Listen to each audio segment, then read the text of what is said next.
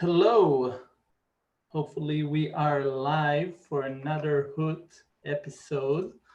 And this is the second Hoot in our series of Envoy. And today we're talking about Envoy observability. And this is one of the series that we do. We have a few more things lined up, and you can check that out in the video description. We're going to do one every 2 weeks on Tuesday at 1 p.m. And this one will talk about various Envoy observability mechanisms. Envoy is a cloud-native proxy that's distributed in a high scale. You need to be able to debug it and understand the current state of the system. And that's what observability gives you. So observability is kind of crucial in the sense that without it, you're kind of shooting in the dark, and you need it to understand the state of your system.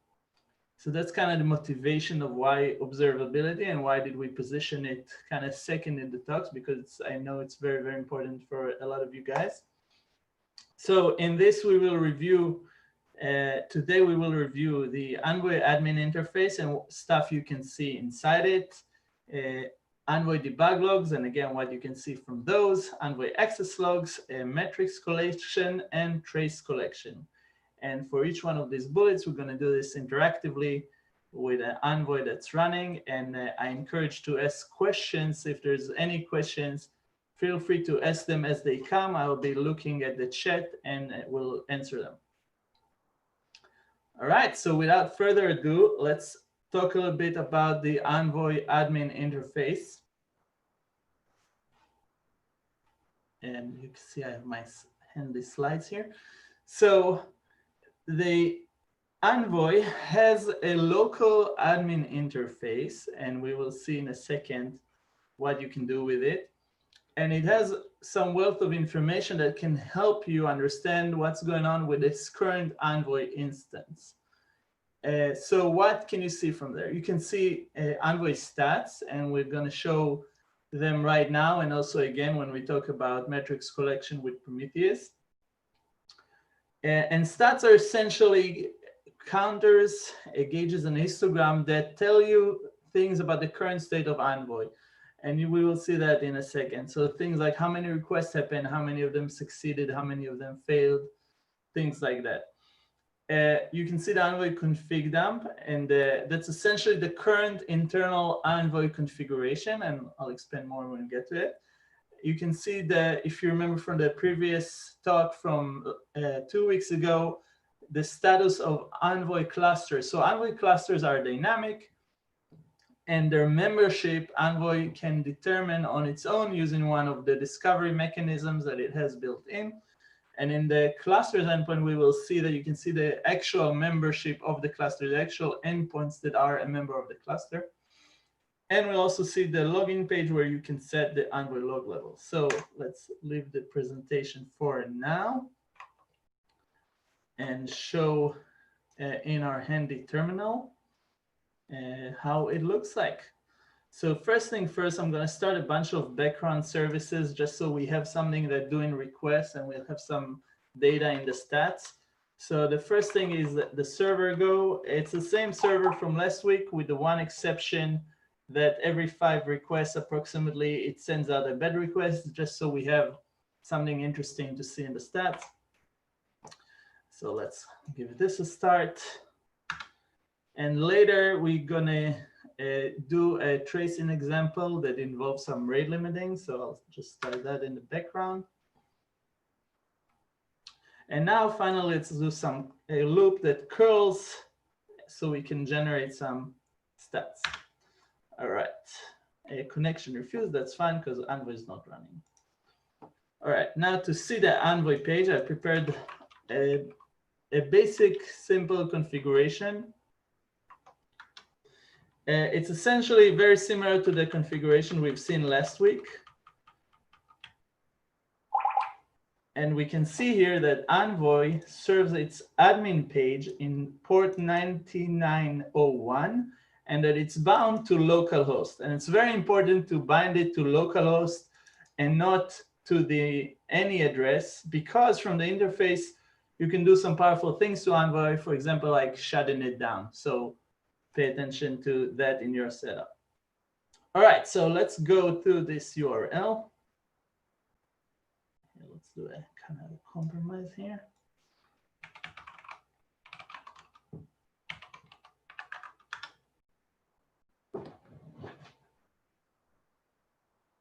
Oh, of course, I didn't start Envoy. So let's start Envoy.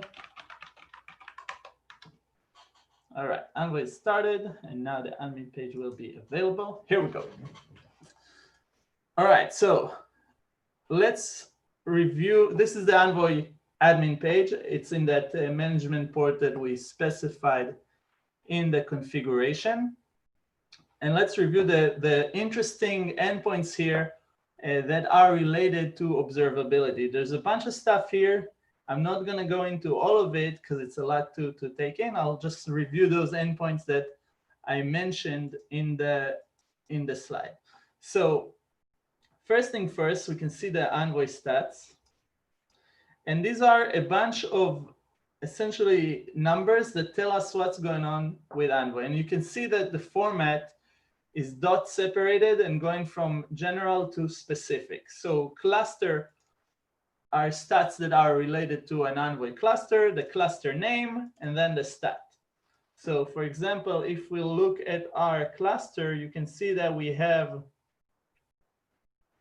and here's the upstream request. All right, you can see that we have in our SAM cluster, 64 requests that return 200 and 14 requests that return 400, which is about a ratio of 1 to 4.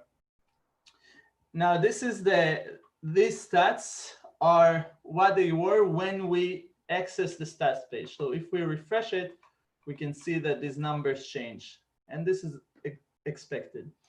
So Envoy has stats related to cluster. It also has stats related to listeners right here, right? So if you recall from the previous talk, listeners are where the request goes into. So you can see listener and the listener essentially name, and for each worker thread and the stat. Additionally, it has some general HTTP stats. You can see here, these are generated by the HTTP connection manager. And one last thing that I wanted to show in the stats page, and that's something called a virtual cluster. Now, when defining an Envoy stat, you can see that it's in the granularity of a cluster, right? So cluster or listener, but sometimes it is useful to get more granularity out of the Envoy stat. So let's say you have a path that you are very curious to get specific stat from it. For example, if you're doing an app that does online shop, it might be the purchase page. So you want more detailed stats on that path. Envoy offers a way to do that. And we'll look again at the configuration. And we can see that it's very similar to what we've started. But in the HTTP connection manager configuration, in the virtual host, we define something called a virtual cluster.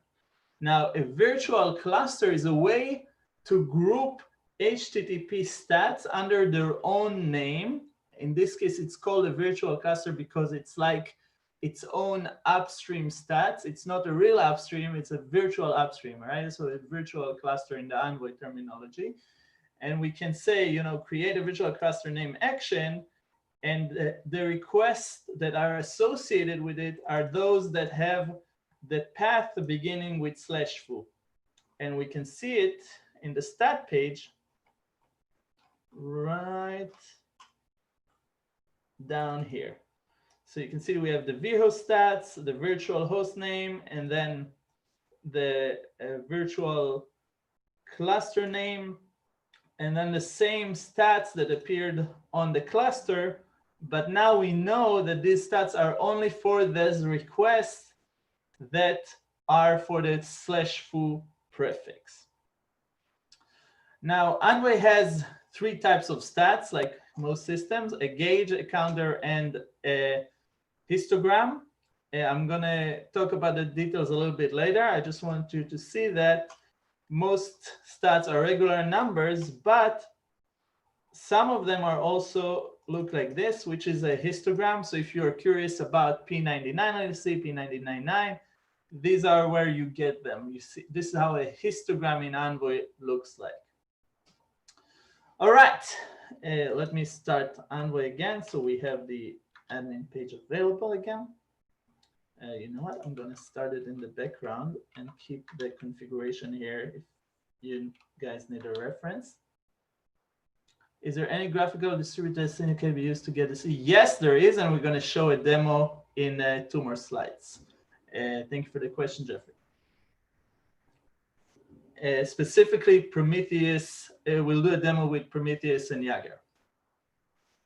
All right, so the next endpoint that's of interest for observability is the Envoy config dump. So Envoy, remember, has ability to be configured through remote server, and we're going to talk about this in a future talk, right? XDS configuration via API. And now you kind of don't know, if you just look at the static config, it wouldn't tell you much, right? Because the configuration is coming from a remote server. That's where the Envoy config dump endpoint comes very handy, because it allows you to see the internal Envoy configuration as it is currently, after it processes the configuration from the XDS server. So if your Envoy is configured through an XDS, you'll see the current configuration that you would not see in the static configuration file. Right? So this is a bunch of information. And here we go. We get to the interesting part, the listener. Now, this will be very similar to the static configuration because I don't have XDS here. But it's important to know that this is how you can see what Envoy is doing, right? A lot of times when we need to debug what Envoy is doing, whether in Gloo or in Istio, this is our first stop to see that it is indeed configured as we expect it to be configured by looking at the control plane configuration. Another endpoint of interest for observability's sake, sorry about that, is the clusters endpoint. So Envoy has dynamic cluster discovery, right? So the members of the clusters, the endpoints, you can discover them automatically. And again, there's the question, what is the current state, right? What are the current members of a cluster? And you can see that in the cluster endpoint. And you can see that some cluster has 1 member at this IP at this port and a bunch of stats associated with its specific endpoint. All right, moving on. One last thing that I want to touch on is the logging endpoint. It's a button. Why can't I see it? Here it is. Here's the button. And this allows us to change the Envoy log level. By default, Envoy doesn't log much. So you're not going to see a lot of stuff going on. And if you want to increase the log level, we can do that by interacting with this interface. And I'm going to show how to do that right now. So, all right, by default, Envoy logs are, one sec, sorry. By default, Envoy logs are very quiet. As you can see, Envoy doesn't log much, right? And sometimes it's convenient and helpful to see, what Envoy is doing, especially when debugging it. And for that end, we can enable debug logs. And debug logs actually make Envoy spew a lot of information. So it's not something we want to enable globally. It will have an impact on performance, right? These logs don't come for free. We only want to do that probably in a non-prod environment when we want to debug something, understand something, what's going on. All right, so there's 2 ways to do this. One we can add -l debug log when we start Envoy, -l debug to set the log level to debug, right? And now you can see a lot more logging for every request, and we'll go through those in 1 second. The other way, the dynamic way, let's start Envoy in the background.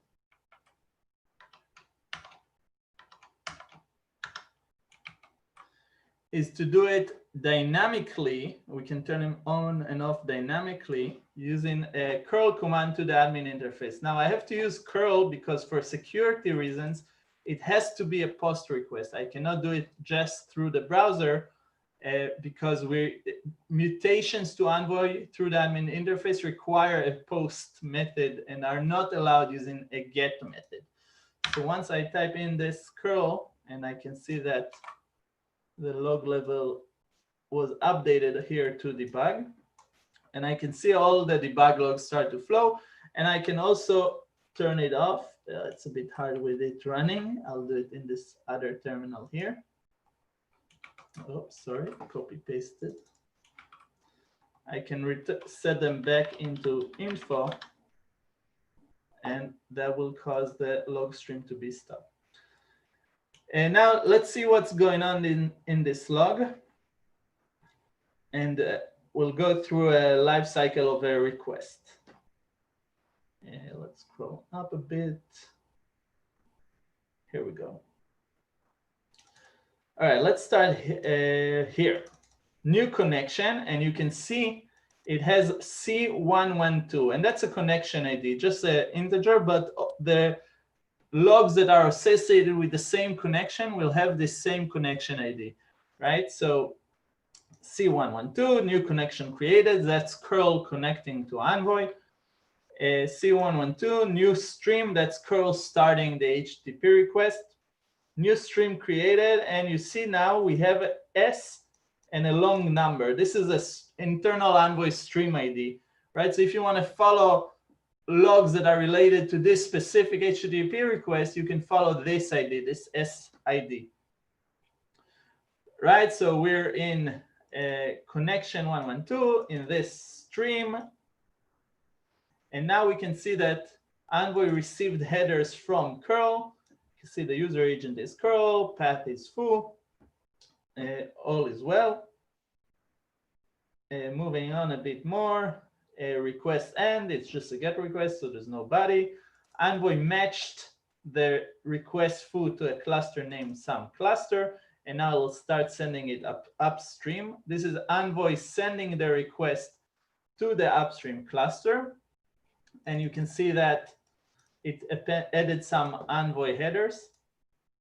And that's it. Now it's kind of going back in the response path. This time the upstream returned 400 because every now and then it returns 400. And Envoy sends this downstream. That's it, right? And this is the end of this stream in this connection. You can see that the connection is closed right after this log message. So this is the Envoy debug logs. If there are any questions, feel free to ask. And in the meantime, we'll move on to the next topic, which is Envoy access logs.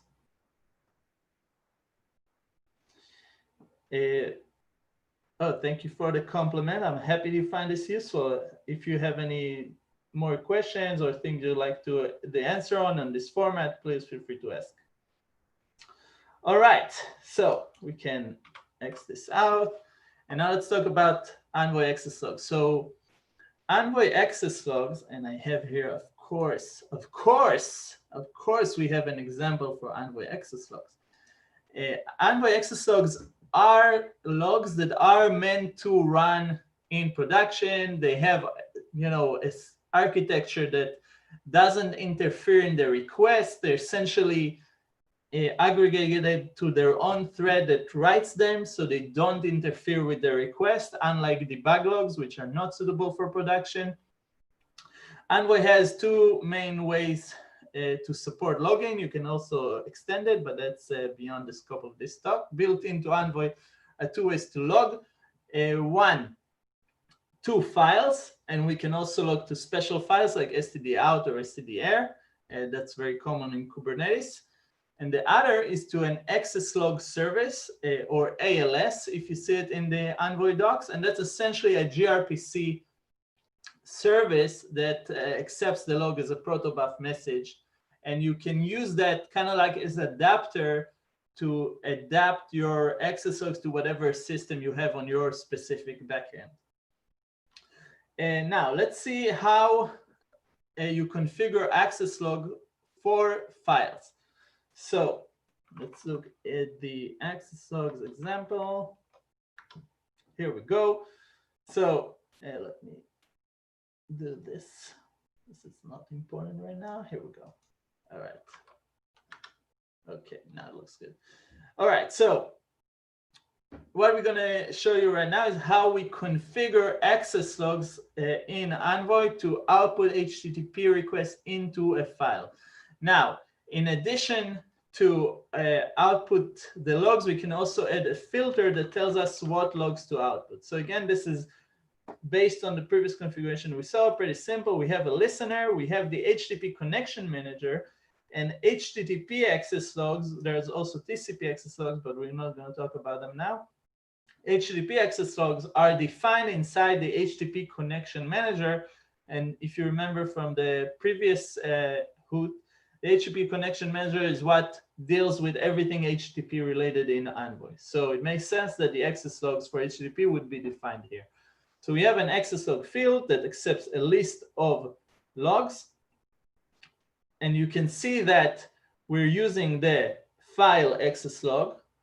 We have a filter to only log requests that have a status code filter, right? That is greater or equal than 400, right? Runtime key, we can ignore that for now. That's essentially a way to change this value at runtime, but we'll save that for another time. Since this does not exist, the default 400 will apply. So we have a filter saying only log these type of requests that are 400 or above, so essentially 400s and 500s. And we have the configuration for the file access log to log to std out. Right, all nice and well, makes sense, I hope. If there's any questions, of course, feel free to ask. I will mention that there's stuff in Envoy that I'm not showing in this example for simplicity. You can customize the format string.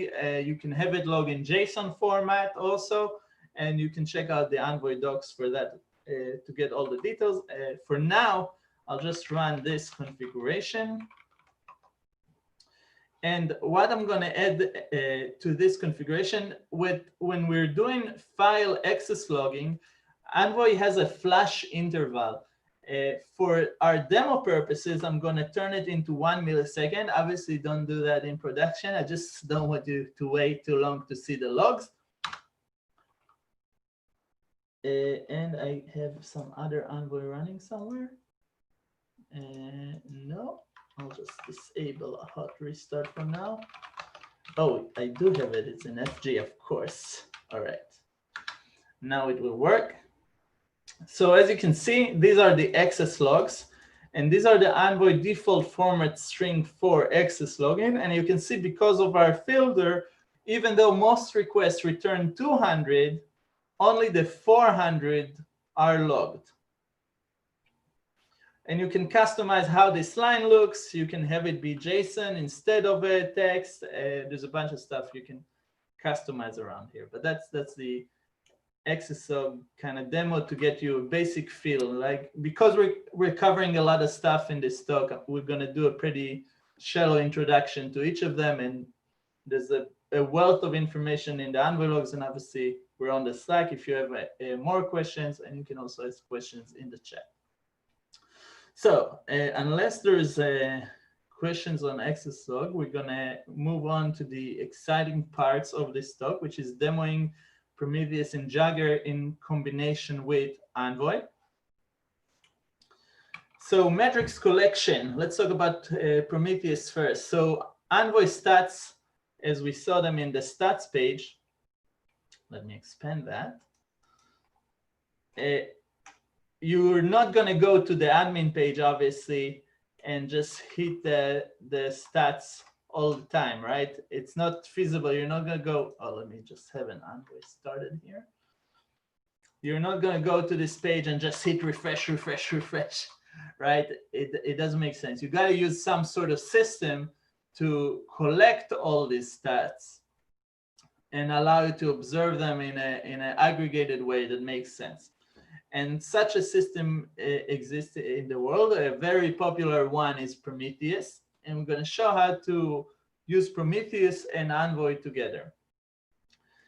And Envoy actually has native support for Prometheus. So instead of stats, if I'll go to stats Prometheus, we'll get the stats in a Prometheus format.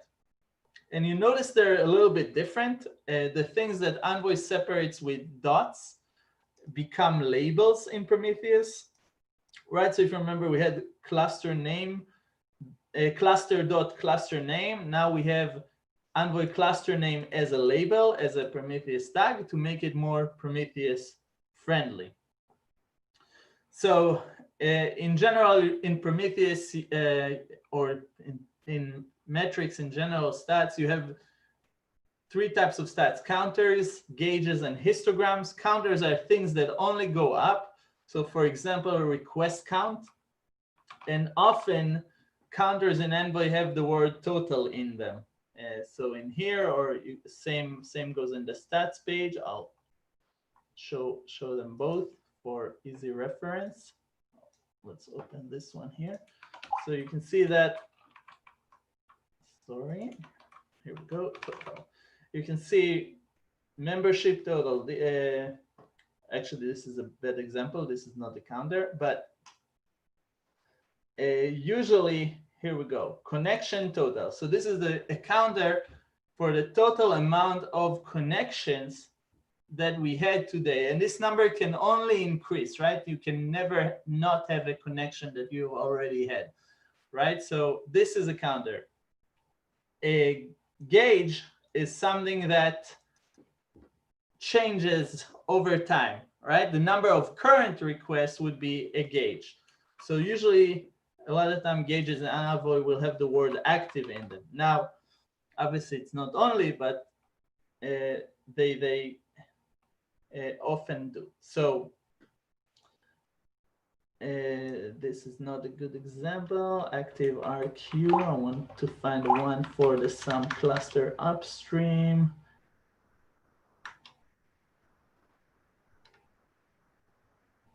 Envoy destroy. No. Here we go. Here we go. I don't see them here. I'll just find them in here, and then it's just easier to find it in Active RQ in the regular stats page because there's no scrambling.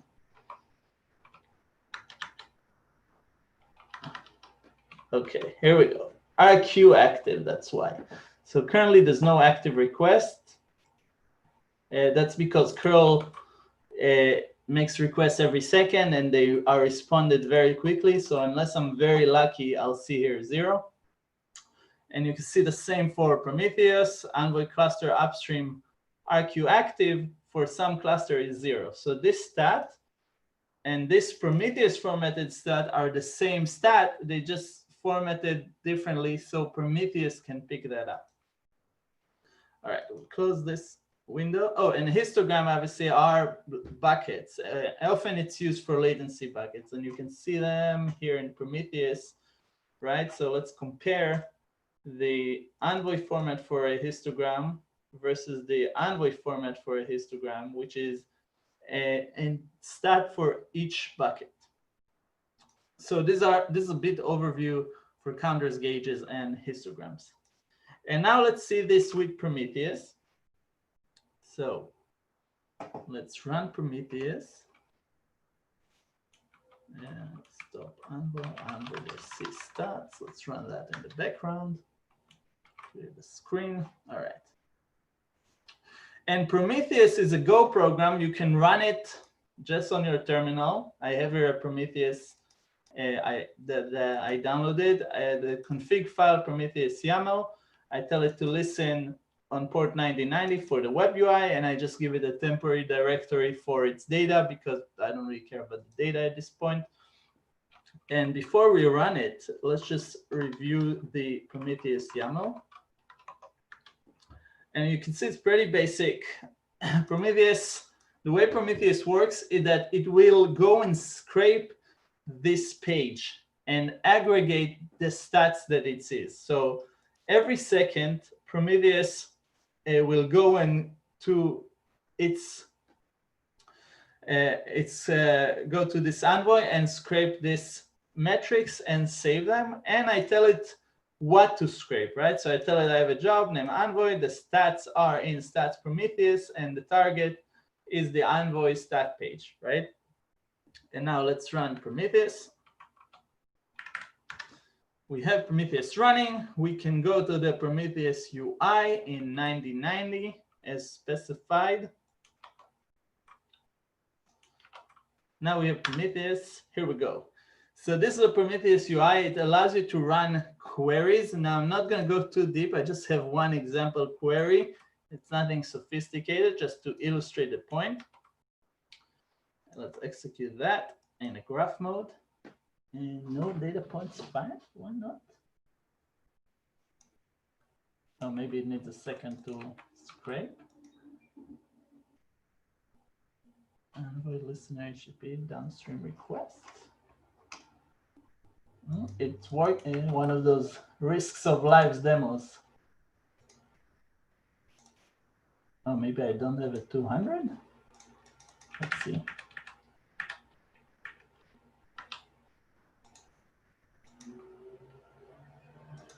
No data. Envoy.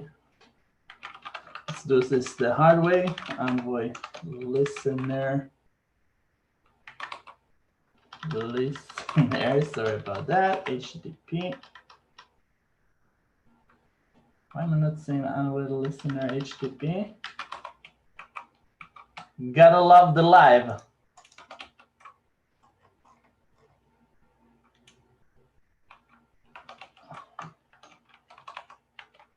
I do see it here. Weird. Let's give Prometheus a minute. Maybe it needs to eat its breakfast. And you can see the stats here are correct. Here we go. Yeah, it just needed a little break to wake up. All right, so now let's paste this stat again. What? Again, no data? One sec. Oh, yeah. Okay, I think it just needs a bit of time because I do see the data. And I wanted to review what this stat means.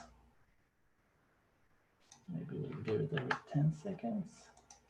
Here we go. Okay, sure. All right, so what this query does, and again, it's going to be very, very brief. It's not going to be an intro to Prometheus, just to illustrate how it works. I'm telling Prometheus to take the stat for downstream request that has a response code of 2xx, right? Response code class is 2, so for 200s, and show me the rate of these requests given that I have a 10-second window, essentially. And you can see that it draws me a graph. Now, the nice thing about Prometheus is that if I have multiple Envoy instances, they will share the same stat name. So with this query, I can see the rate of requests throughout my fleet of Envoys. So this is, how to use Prometheus and Envoy together. This is a very, very naive way, right? Usually, your configuration source will not be static. It'll be something dynamic like Kubernetes or VMware or OpenStack or whatnot. So you have to configure Prometheus accordingly. And obviously, your data directory cannot be a temporary folder. So obviously, this demo is nowhere near production ready. It's mainly just to illustrate that, how these things work together and do a quick, simple demo that you can run on your laptop, play around with, just to get the gist of how things work. So this is a Prometheus. it allows you essentially to get aggregated data from a bunch of systems. And in our case, we care about Envoy. And you can define these metrics. And if you can integrate this with Grafana and have these graphs, you know, in a live dashboard and all that. But that's enough for Prometheus and Envoy for this talk. I want to also go for Jaeger. So if there's any questions on how Prometheus works, please feel free to ask. And if not, we'll go into the final example for today, trace collection. And now let's talk a little bit about what's a trace, right? A trace or a distributed trace is kind of the extension for a regular program stack trace. As an example, let's see. Oh, let me just kill the Envoy so I don't forget. For an example, let's see how a stack trace looks for a regular Go program, right? So if I get the stack trace of that little echo server, you can see that you have here a function that calls a function that calls a function that calls a function. Once you decompose your monolith into microservices, you can no longer get this view of function calling and function calling and function, right? And it's very helpful to, when debugging, to understand the call flow, what trigger what behavior. And that's exactly distributed tracing. Distributed tracing takes this concept of a stack trace and expands it to a distributed system, right? And the way they do that is by having each child request that originates, right? Because right now in a distributed system, instead of calling a function, you'll do an HTTP request. So when you do this HTTP request, you also pass along a correlation ID that a tracing system, and we'll look at Jaeger in a second, can correlate all this information together into a single trace, a single distributed trace. So the way this works is that each microservice needs to be aware of tracing, right? It needs to send its tracing information to be collected, and it needs to pass along this correlation ID. And Envoy natively supports that. So for the sake of this demo, we're going to run an all-in-one Jaeger. This is the demo Jaeger. Again, nothing here in this demos are prod ready. Jaeger is one of the famous systems for trace collection together with Zipkin. So let's get it started in the background here. All right. And now let's look at how we make Envoy work with Jaeger. Envoy has two possible ways to work with Jaeger. One, Jaeger is Zipkin compatible, so I can configure it to work very similar to how I would configure Envoy to work with Zipkin. The other is Jaeger native using open tracing, which we'll show in this configuration. So again, this file is basically the same like before. The additions. So this time in the HTTP connection manager, we generate request ID, and that's important to allow us to kind of have a single ID that will go through all requests that we can see. And we define the tracing. This is the blob that defines tracing. And we say, OK, we want to use dynamic open tracing because Jaeger supports open tracing. We will, because Envoy doesn't have open tracing code inside of it, we have to load a shared library with the open tracing code. And there's information about this in the Envoy docs. We configure all this configuration below from here to here belongs to open tracing. So Envoy is not really aware of what it's doing. It just passes it along to open tracing. So the service name, how the name of the traces coming out from this Envoy would appear in the trace, and we'll see it in the UI in a second. How frequently to sample. This essentially a strategy. Usually with tracing, if you'll send every request you ever got to the trace collector, that's going to be a lot of data. So often what you do is downsample. You only send every 1% of the request or 0.1%, depending on your load. So this is the sampling strategy. This is the address of the Jaeger or Open Tracing collector. Essentially the one we started with in the container in the other tab. And a bunch of other stuff that are not that important for the demo, but you can review the docs for them. Basically how some prefixes to define to the stuff that we send. All right, in addition, we define on the route a decorator with an operation, and this operation name will appear in the trace. So that kind of can help you distinguish your different routes in the trace if you have a lot of routes and you want to understand better what's going on. Now, to make this trace more interesting, I've also added a rate limit service to show that Envoy can actually give you the exact subtrace of when it sends the request to the rate limit service and when it comes back. And the rate limit service also, I've added support there for Jaeger, and we'll see that in a second. So this is all the Envoy configuration needed to get tracing going. This is the rate limit configuration. Doesn't really matter, it just makes Envoy use this extra rate limit. So right now the request will go from Envoy, to Envoy, then from Envoy to do a rate limit check. And once the rate limit check returns, it will go and forward it to the upstream service. Unless, of course, the rate limit check fails, and then it will return 429 rate limited. This is how the rate limit service works in Envoy.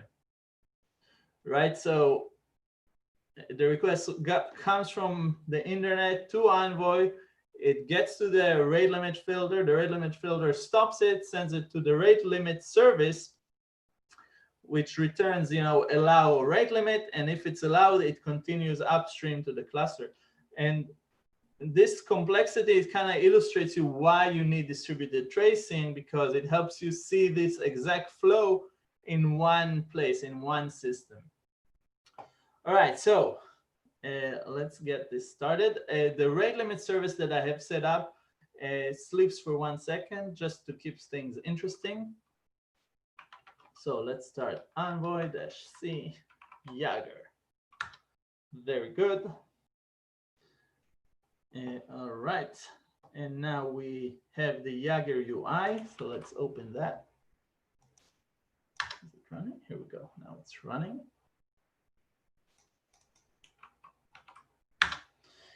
And like always, we have to wait a bit for stuff to populate. In the meantime, what I'll show you, I'll turn on Envoy debug logs to show you how this propagation happens. So I'll reuse my command from before. All right, this is good. We can turn off debug logs. Info, sure. All right, so now let's review our Envoy request. And you can see it arrives like before, curl.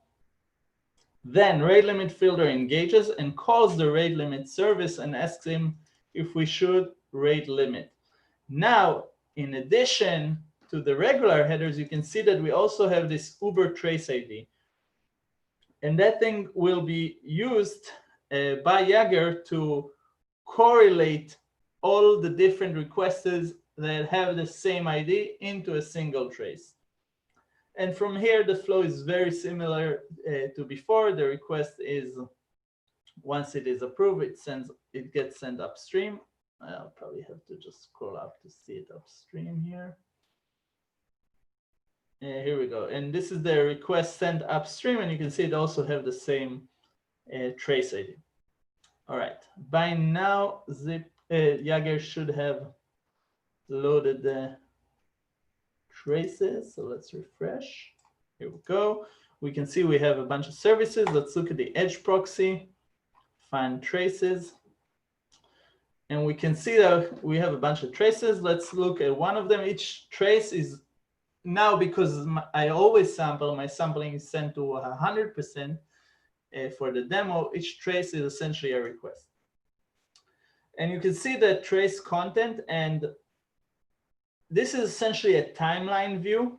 And you can see its request started at 0 and ended after 1 second, because the rate limit service, as I mentioned, sleeps for 1 second, just to make this a bit more interesting. And you can see that the request arrived to Envoy and to the fetch content route. Remember, we decorated the route with an operation name.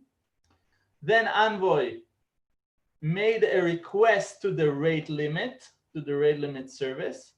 And this final one is the request received by the rate limit, right? So this bottom section here, this bottom span, came from a different process than these two spans that came from Envoy. And you can see that they contain each other because this started after this and this started after that. And the difference here is kind of the latency that it took the request to arrive from here, from Envoy, to the rate limit. So there's a lot of insights you can get, and you can associate more values, logs, and errors, and get a full view of a lifetime of a request. So this is a very basic demo with just 2 services, but we imagine it with 5, 10 microservices where a request goes somewhere, waits for something, does something, and now the whole flow is very hard to understand. And tracing gives you kind of like the way it would have looked if you were looking in a debugger in a single monolith application. So it gives you that holistic view of what's going on with your traffic. Another cute feature of Jaeger, you can see system architecture. In our case, you can see that Edge proxy calls the rate limit service. Yeah, the main thing I want to show is how Envoy natively supports tracing and can export the spans for you. So you can decorate routes. If Envoy does a call out to authentication or rate limiting, it will add a span for that. And assuming that the upstream service, like rate limit in our case, or the Echo server, are configured and support tracing, they will also be part of the trace. Now, this is one disadvantage of tracing, is that every program needs to be aware that it's being traced. At a minimum, it needs to propagate this correlation ID, right? The reason that Jaeger knows that this span here and this span here are part of the same trace is that when Envoy reported the spans to Jaeger and when rate limit reported the spans to Jaeger, they both reported the same trace ID, if that makes sense. All right, so this was a summary of observability for Envoy. If you have any questions for Jaeger, feel free to ask about this last tracing demo. We have reviewed a bunch of ways to do observability. We talked about the admin interface and the stats you can get from there, the config dump clusters, debug logs, and how they have a wealth of information, but they also hurt performance, and so you shouldn't just turn them on. It's really only used for debugging. Access logs, that are the logging mechanism that was designed for production, and you can log either to a remote service using gRPC or a file with a JSON format or a custom string format. We saw metrics collected in Prometheus, and we saw traces collected in Jaeger. And yeah, that's it. If there are any questions, feel free to ask. I know I didn't delve in deep to the topics. That's intentional because I didn't want to cover a lot of ground, and when you cover a lot of ground, you can't really go deep. So Envoy has a lot of documentation for all of this, and feel free, Envoy.Proxy.io, you can go and take a look and get more information. All right, I'm happy to see that everybody joined today. And if you have any questions, feel free to ask in our community Slack. I'm hanging there with the rest of the Solo team. And I'm looking forward to hear and see you guys in 2 weeks in our next talk. Have a great day, everyone.